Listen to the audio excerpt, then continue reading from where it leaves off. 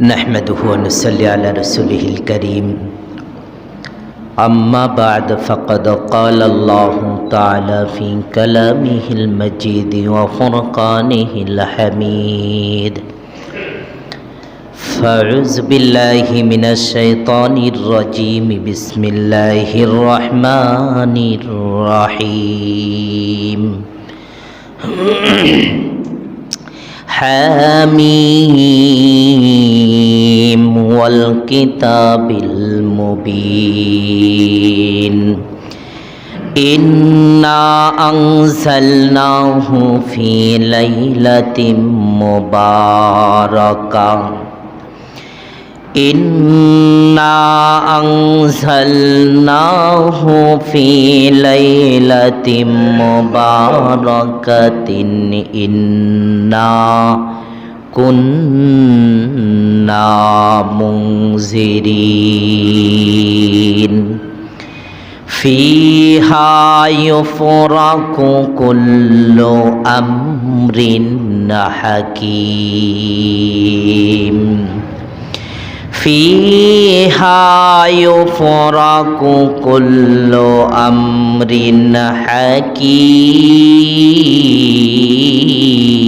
حكيم أمرا من عندنا إنا كنا مرسلين وقال النبي صلى الله عليه وسلم إذا كانت ليلة النصف من شعبان فقوموا ليلها وصوموا يومها فإن الله تعالى ينزل فيها لغروب الشمس إلى السماء الدنيا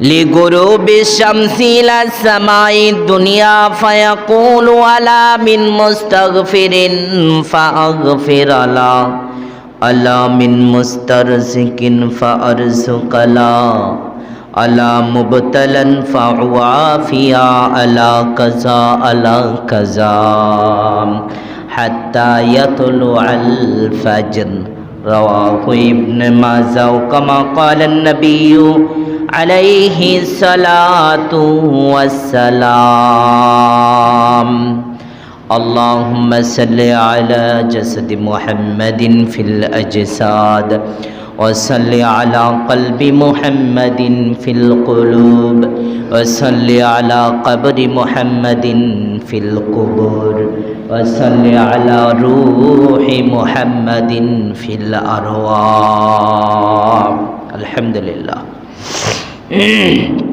আল্লাহ তাআলার দরবারে লাখো কোটি শুকর যে মালিক মোহাব্বত করে ভালোবেসে এই পবিত্র একটি দিনে জুমার দিন আবার আমাদের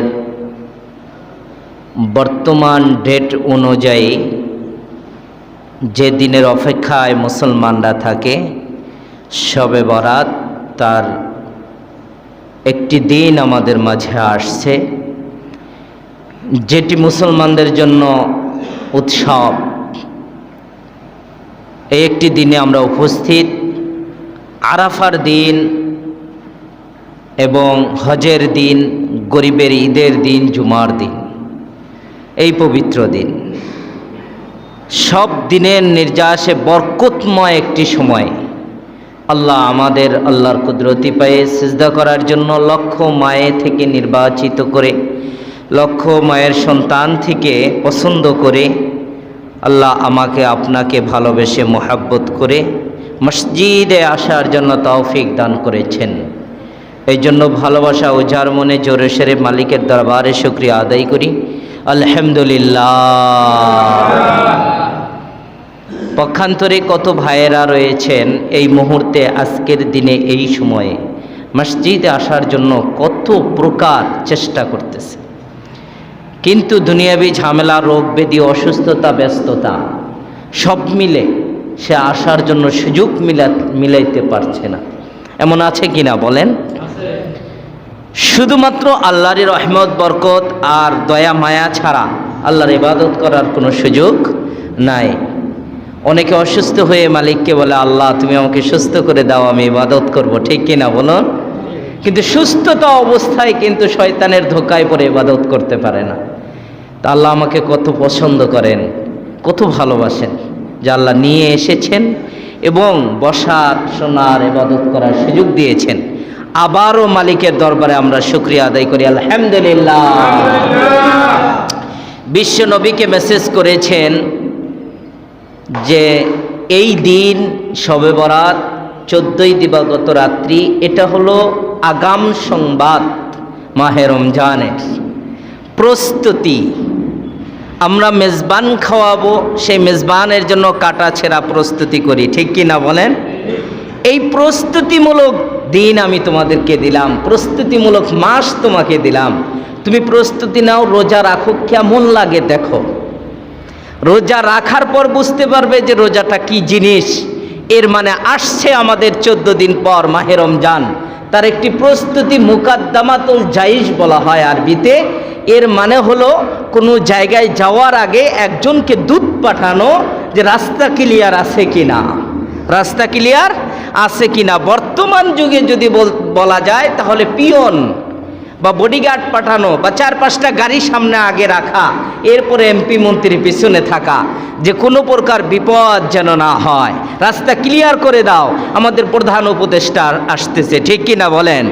এই জন্য আল্লাহর সবচেয়ে দামি মাস, বান্দার সবচেয়ে বড় অফার, নবীজির উপরে সবচেয়ে দামি মেসেজ মাহে রমজান আল্লাহর পক্ষ থেকে, যে আমি যার প্রতিদান দেব, এই প্রতিদান দেওয়ার আগে তাদের রাস্তা ক্লিয়ারের জন্য একটি মাত্র দিন, একটি মাত্র মাস আমি কিছু অগ্রিম কিছু গাড়ি পাঠিয়ে দিলাম, দেখো রাস্তাটা ক্লিয়ার কিনা, তারা ট্রাই করুক একটু রোজা রাখতে পারবে কিনা।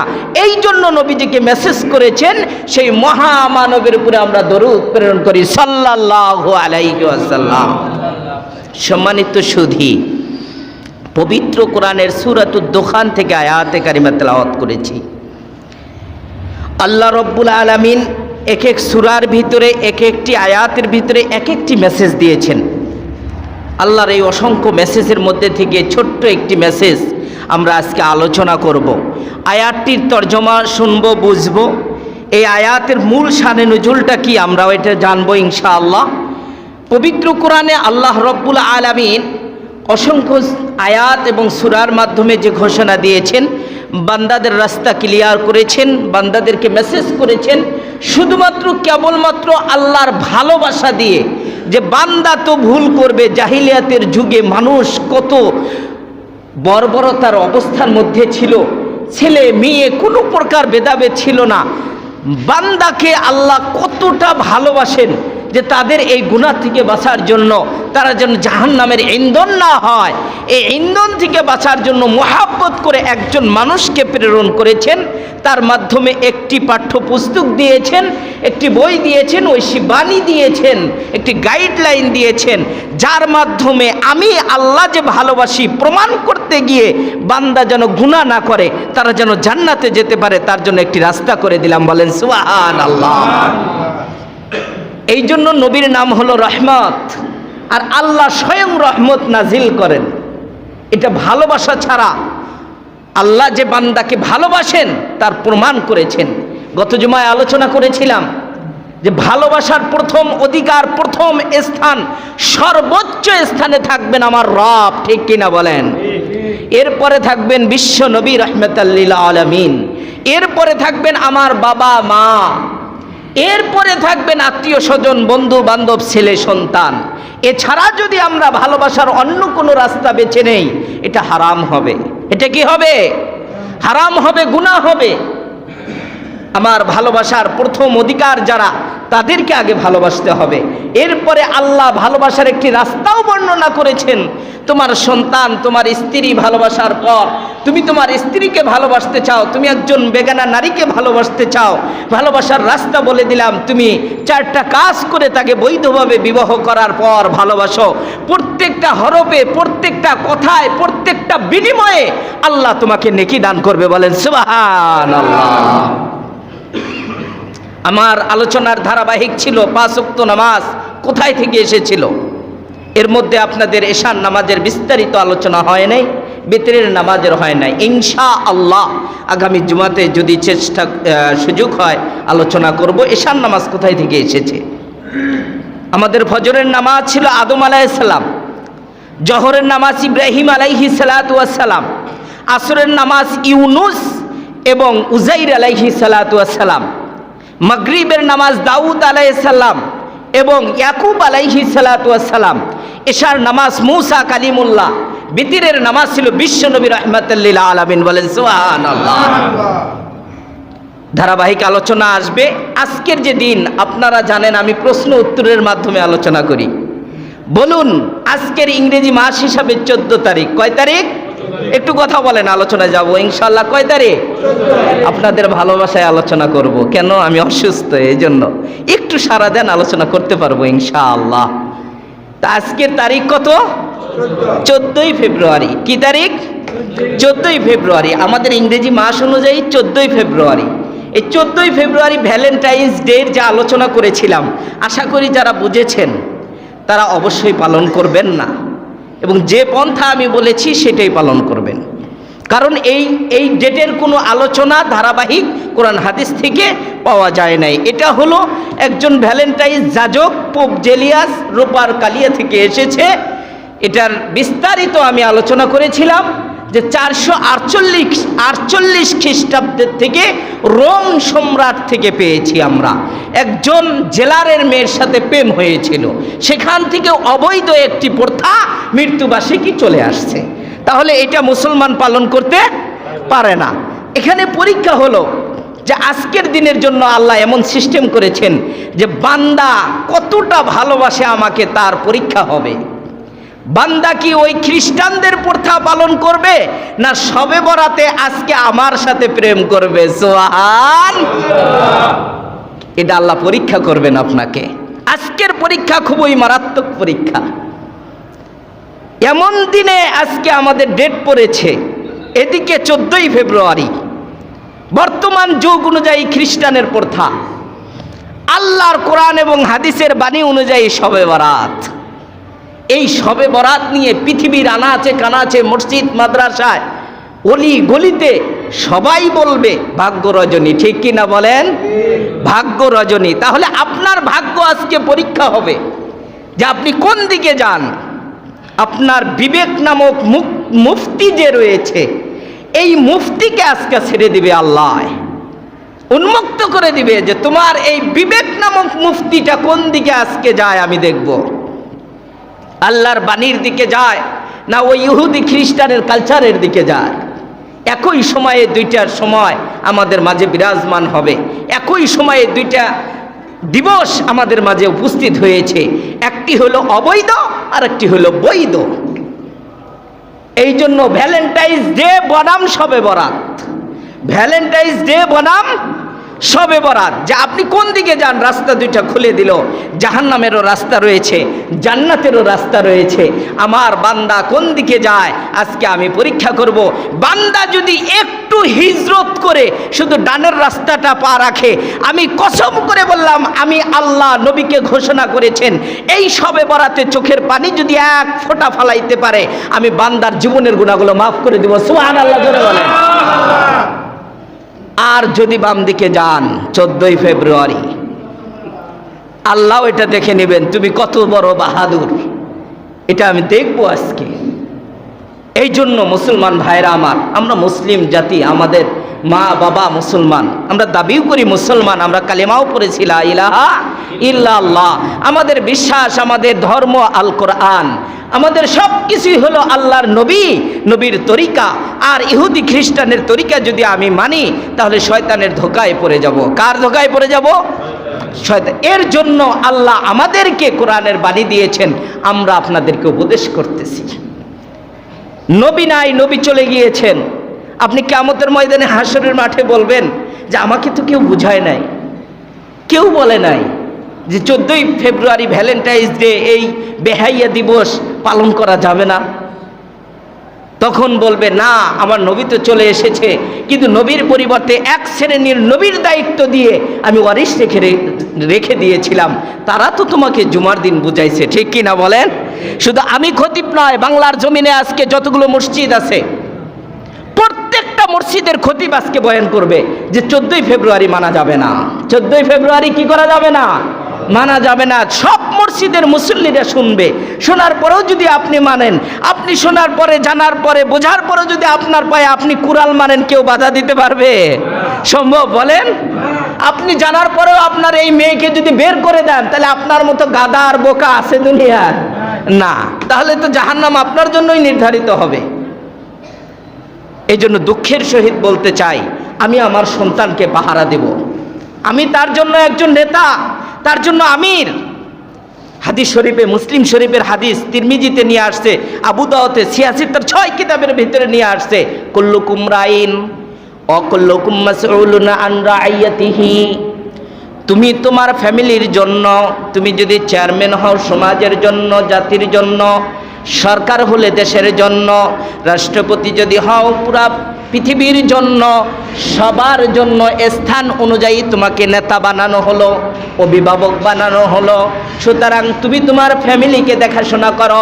ফ্যামিলি যদি গুনাহ করে, কিয়ামতের ময়দানে তোমার হিসাব দিতে হবে। তাহলে আমার সন্তানের জন্য আমি অভিভাবক, আমার এটা দায়িত্ব নিষেধ করা যে মা আজকে যাওয়া যাবে না, আজকের দিন আমাদের জন্য না, এদিনে গেলে গুনাহ হবে। হুজুর বলেছেন কোরআন থেকে বয়ান করে দলিল দিয়ে, আমরা হুজুরের কথা মানব কেন? কোরআন থেকে বলেছেন হুজুর। সূরাতুদ দুখান 1 থেকে 3 নম্বর আয়াত থেকে আলোচনা করব আমরা। সূরাতুল আলে ইমরান 131 নম্বর আয়াতে কারিমা। এসব কিছু তো আপনি অস্বীকার করতে পারবেন না। অস্বীকার করার সুযোগ আছে না। বুখারী শরীফ, তিরমিজি শরীফের হাদিস, নবীজি বলেছেন। আবু দাউদ শরীফের হাদিস, সহিহ ইবনে হিব্বান 5665 নম্বর হাদিস। আপনি কি অস্বীকার করতে পারবেন? আপনি বুঝাবেন, আজকে না বুঝলে এর পরের বার বুঝবে, বুঝাইতে বুঝাইতে একদিন বুঝে ফেলবে। আর না বুঝলে কিয়ামতের দিন আল্লাহ আপনাকে ধরবে না। বলেন সুবহানাল্লাহ। আপনি তো চেষ্টা করেছেন। এই জন্য এই যে দাদার কাছে একটা ফুল রেখেছি আমি মোহাব্বতের জন্য। আমার এক ছাত্র সকালে আমাকে গিফট করেছে যে হুজুর আপনি বলেছেন যে ছাত্র হুজুরকে ভালোবেসে ফুল দিতে হবে, এটা জায়েজ আছে। আমার এই ছোট্ট বাচ্চা একটা গোলাপ ফুল নিয়ে আসছে, নিয়ে আমাকে বলতেছে হুজুর আপনাকে ভালোবাসি আমি, এই জন্য ফুলটা দিলাম। এইটা হলো প্রকৃত ভালোবাসা, ছাত্র উস্তাদের ভালোবাসা, মা বাবার ভালোবাসা। অবৈধ না, অবৈধভাবে দিলে এই 5000 টাকা আর 5 টাকার ফুল, 5000 টাকা সম্পূর্ণভাবে হারাম এবং গুনাহ হবে। এই জন্য আল্লাহ রাব্বুল আলামিন বলেছেন, আমরা আয়াতের শানে নুজুল শুনি, হামিম ওয়াল কিতাবিল মুবিন। হামিম, এই আয়াতের তর্জমাগুলো আল্লাহ রাব্বুল আলামিন ভালো জানেন। নবীকে জানিয়েছেন কিনা এটা আমাদের গবেষণা নাই। এরপরে আল্লাহ রাব্বুল আলামিন বলেন ওয়াল কিতাবিল মুবিন, সুস্পষ্ট বর্ণনা আমার। আমি কসম করে বলতেছি, সুস্পষ্ট বর্ণনা আমার। কে বললেন এই কথা? আল্লাহ বললেন। ইন্না আনজালনাহু, অবশ্যই নিশ্চয় আমি নাজিল করেছি পবিত্র আল কোরআনকে। আবারও অর্থ বলি, সুস্পষ্ট বর্ণনা আমি রব কসম করে বলতেছি, আমি নাজিল করেছি পবিত্র আল কোরআনকে ফি লাইলাতিন মুবারাকা, মুবারক এবং বরকতময় রাত্রে। আমি এই কোরআনকে নাজিল করেছি বরকতময় রাত্রে। কোথায় থেকে? লোহে মাহফুজ থেকে। কোথায় থেকে? লোহে মাহফুজ, মানে আল্লাহর সিংহাসনের নাম হলো লোহে মাহফুজ, যেখানে সংরক্ষণ করা হয়। অর্থ বুঝতে হবে, আমি আমার লোহে মাহফুজ থেকে পবিত্র কোরআনকে নাজিল করেছি, সুস্পষ্ট বর্ণনা। আমার কসম, আল্লাহ বলতেছেন আমার কসম। কোন রাত্রিতে? মুবারক রাত্রিতে। কোন রাত্রিতে? এই পর্যন্ত আমরা একটু অর্থ শুনি। মুবারকের দুইটি ব্যাখ্যা। এক নাম্বার হলো শবে কদর। এক নাম্বার কি? শবে কদর। অন্য ভাইয়েরা আছেন এখানে মাযহাবের, এই জন্য তাদের জন্য বলতেছি, উল্টা দিকে নেবেন না। তাহলে মুবারকের কয়টি ব্যাখ্যা? দুইটি ব্যাখ্যা। এক নাম্বার ব্যাখ্যা হলো শবে কদর। এটার প্রমাণ কি? ইন্না আনজালনাহু ফি লাইলাতিল কদর, আমি পবিত্র কোরআনকে নাজিল করেছি শবে কদরের রজনীতে। শবে কদরের রজনীতে, এটা একটা ব্যাখ্যা। দ্বিতীয় ব্যাখ্যা হলো মুবারকের ব্যাখ্যা হলো শবে বরাত। সুবহানাল্লাহ, জোরে বলেন। আবারও বলি, এক নাম্বার ব্যাখ্যা হলো শবে কদর, দুই নাম্বার ব্যাখ্যা হলো শবে বরাত, আসছে আমাদের মাগরিবের পর। তাহলে যেই রাত্রে, আপনারা প্রশ্নের উত্তর দিবেন, যেই রাত্রে আল্লাহর জবান পবিত্র কোরআন, ঐশী বাণী, যে কোরআনে কোনো সন্দেহ নাই, সেই কোরআনকে নাজিল